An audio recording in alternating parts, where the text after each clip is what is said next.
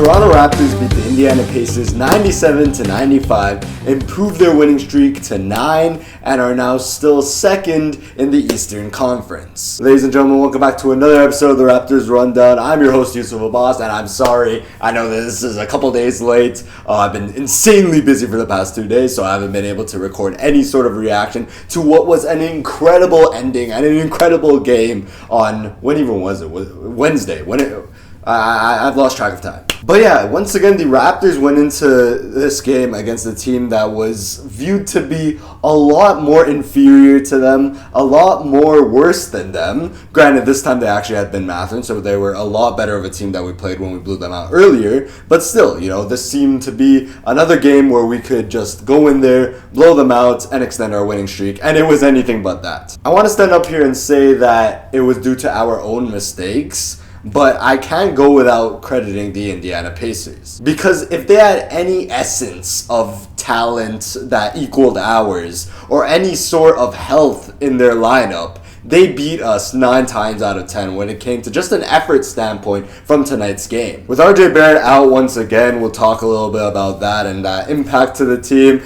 This time, Jakobe decided to start Colin Murray Bulls. He decided to go for a much bigger lineup, I guess sort of trying to physically impose themselves on the Indiana Pacers. Spoiler alert, it didn't work. Well, I can't say it didn't work because Colin Murray Bulls picked up 2 early fouls, and then we went right back to Jakobe Walter. Right out of the gate, you saw it. Lack of energy, lack of continuity on the offensive end. The ball was way too stagnant, and it just seemed like we couldn't get anything going. And when our 3 ball was falling the way it was tonight, which was not at all, it is not going to bode well when when the ball isn't moving around like it normally does for the Raptors. And yeah, Indiana went out and eventually they took a double-digit lead. They were up by 11 at one point, and luckily at the end of the second, we decided to finally wake up and put in some sort of energy, put in some sort of pace, and physically impose ourselves on the Indiana Pacers, ending the second quarter on a 12-0 run, and we were up by 1 at the halfway point, and it was not deserved at all. But at the end of the day, all that matters is getting the win. We ended up going to the third quarter, and we extended that run to a 22-0 run. Jakobe Walter, who we'll talk about a little bit after I give this recap, he hit a couple of huge threes in this quarter, back-to-back from the corner. Then he got a steal, which led to an Ingram putback dunk. Ingram hits a 3. The run is extended from the second quarter to the third, and it is now a 22-0 run. But this is where the first quarter Raptors come back, because we make a couple of subs, and it was an embarrassing end to the quarter, effort-wise. Indiana's bench were the ones that brought them back into the game. Ben Shepherd hit some massive threes. Even Jeremiah Robinson-Earl was perfect on the night, which is insane. And TJ McConnell just absolutely destroyed us from the mid-range and going to the bucket. It was funny at the start of the quarter, we were letting them shoot wide open from threes, and eventually he finally decided, alright, I'm just not even going to hang around the 3-point line. I'm going to get into the paint, attack my defender, and he absolutely torched us from that point on. Ben Shepherd hit another 3. We took a timeout. And then we came out of that timeout sort of even more lazy than we were going into it. Maybe it was due to us being tired. Everyone looked incredibly labored out there. Brandon Ingram was out there for a stretch where we just couldn't get him out, and he was just absolutely gassed. The refs weren't really helping us out. Sandro Mamukelashvili, he got hacked twice driving to the layup, and there wasn't a call, but to be fair, I can't really blame the refs because they were letting them play on both sides. It was just a lack of effort, and we were so lazy on the offensive end and the defensive end in that third quarter. And unfortunately, it went on to the fourth quarter going into it because we looked like we did in the first quarter once again. To me, our identity is a fast-paced team. We are our best when we are out running, off of makes and misses, passing the ball, free-flowing offense, getting everyone involved. This time, it was very ISO heavy. It seemed like we were trying to run everything in our half-court offense, which really looks a lot worse when RJ Barrett isn't there. And overall, it's just we let them play at their pace. It was just way too slow for Toronto Raptors basketball, and that's never going to bode well for us. It ended up being a back-and-forth game where one team would take the lead, then the other would. It was back and forth, but then around 3:30 left in the game, we decided to go to Brandon Ingram every single dime down the floor. Now, the Indiana Pacers, they were very similar to the Cleveland Cavaliers, and we'll talk about this a little bit more, but they didn't bring a double team to Brandon Ingram, and they were letting him go one-on-one with them, which obviously with the elite scorer that he is, he made them pay just like the Cleveland Cavaliers. It ends up being a tie game. Pascal Siakam has the ball. He spins away from Emmanuel quickly. He thinks he has a wide open layup, and then he gets absolutely blocked by one of his good friends, Jakobe. Both of them were rookies on the Toronto Raptors. What a 180. He absolutely blocks Pascal Siakam. We go down the floor. Emmanuel quickly passes it to Brandon Ingram, Darko Rajakovic. He said afterwards he was thinking about taking a timeout until he saw Brandon Ingram have the ball. They don't bring a double. Brandon Ingram goes one-on-one, shoots over Pascal Siakam, and buries the shot, giving us a 2-point lead with 0.6 left. Then down the floor, Ben Mathurin gets a contested three, and it is off.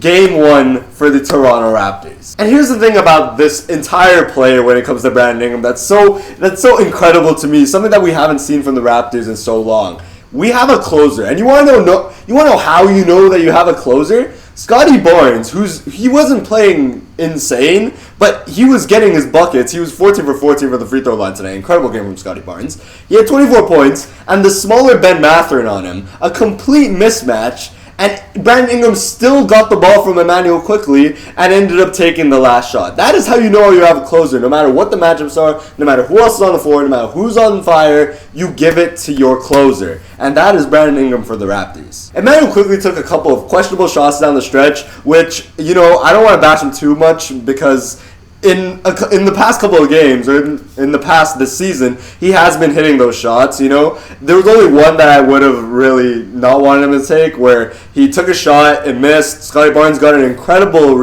offensive rebound, passes it back onto Emmanuel quickly, and he just shot it instantly. I would have liked him to hold on to, the shot's not falling, maybe get a better shot than deep three, but it didn't end up mattering. I want Emmanuel quickly to continue to be aggressive. I want to also give a lot of credit to Jakobe Walter and his effort on the defensive end this game, and his threes have come in such a timely manner for us. He was my man of the match today. I know Brandon Ingram had an incredible shot. I know he hit some big shots for us. He had 26 points tonight, 8 rebounds, and 2 steals on a block. Great stat line from Brandon Ingram, but Jakobe Walter's threes were in such a timely manner, and it felt like he was the most important player on the floor out there. It felt like the team was actually flowing when he was out there. He was a team high plus 21 tonight, and defensively he was incredible, getting steals, active on the defensive end, just showing a general effort that no one else was showing today. And that leads us to the discussion about our starting lineup, because that has been one of the talking points for the Raptors this season. It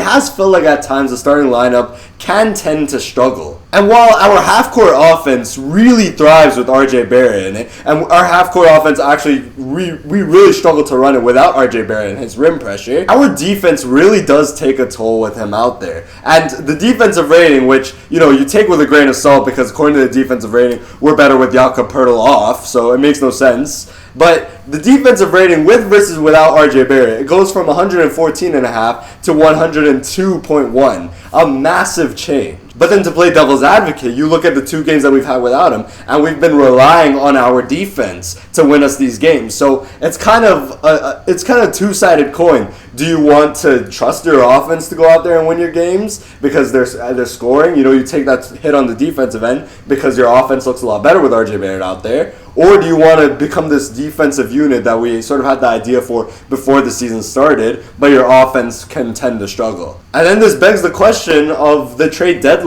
Mid-December is when a lot of the recently signed players can start to get traded, so people are already starting to mock up trades for your Toronto Raptors. And unfortunately, a lot of them do involve RJ Barrett, because the idea of us upgrading that shooting guard position is that you upgrade RJ Barrett, a guy who really helps your offense, maybe takes the ball on Brandon Ingram when Scottie Barnes has a little bit, but he really helps your offense and initiating your half-court offense. And then you replace him with someone who maybe gives the ball to Brandon Ingram and Scottie Barnes a lot more, can shoot the three, but is also a lot better on the defensive end. Someone like a Derek White or someone like a Herb Jones, someone of that manner, a 3-and-D shooting guard. So that's just some food for thought. In my opinion, it is still too early to talk about trades. I think the only people that should be talking and genuinely considering trades this early are teams like the Sacramento Kings, because they're in a similar spot to where we were a couple years ago when we dealt OG Anunoby in December. You want to get the most value that you can out of these players. You want to go into this full rebuild, start committing to the tank early, try getting AJ Debansa or Cam Bouger, who went off the other day, by the way, incredible, or Darren Peterson.